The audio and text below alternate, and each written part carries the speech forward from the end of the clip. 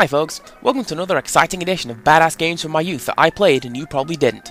We've got a real original title today, The Great Giana Sisters, presented by Rainbow Arts in 1988.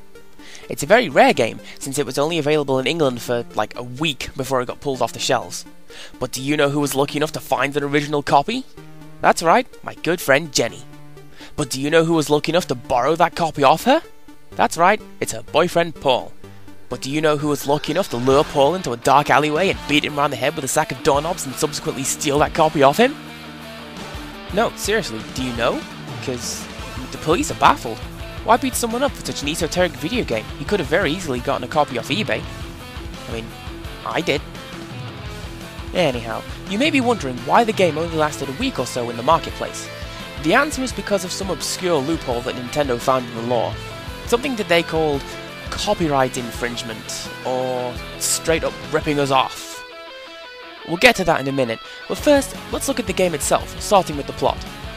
Giana and her younger sister Luigi are dreaming. In their dreams, they enter a magical kingdom which, given the amount of fungus lying around, we'll call the Mushroom Kingdom. It's the job of the siblings to run, jump and hurl flaming snot through 8 different worlds and eventually save the day. And honestly, if they had to rescue Princess Toadstool in the process, it wouldn't surprise me in the slightest. So, yeah. Hearing the plot and looking at the gameplay in the video, you can see why Nintendo got angry. Rainbow Arts made no secret of the fact that they copied Super Mario Bros. 1, right down to the level and enemy design. You can't blame Rainbow Arts though.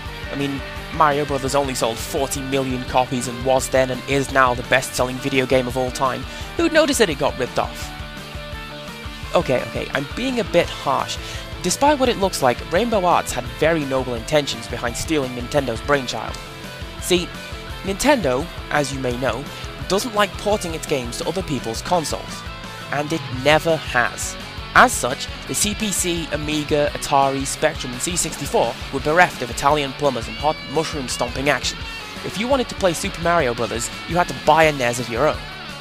So, Rainbow Arts released a game that was like Super Mario Bros. So that people who either couldn't or didn't want to own a NES could still, more or less, play that system's killer game. Unfortunately, Nintendo, as you may know, likes taking your money, and it always has, and it didn't see eye to eye with Rainbow Arts regarding the need to bring the Mario Bros. To the unpaying masses. So Nintendo sued, and won, and that's why you can't get a copy of the Great Giana Sisters for love nor money. Legal issues aside, however, let's talk about the game itself. The first thing that comes to mind is that it's very jerky.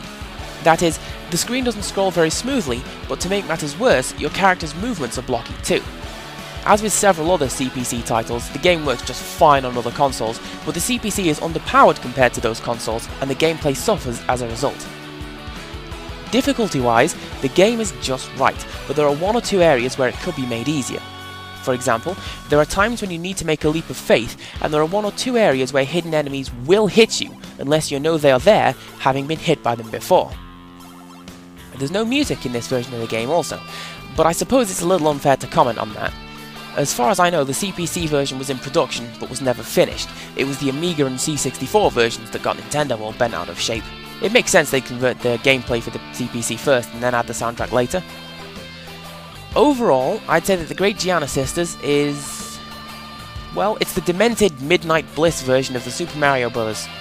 If you've watched this video and played Mario Bros., and anybody who hasn't is a communist alien, then you've pretty much played the Great Giana Sisters as well.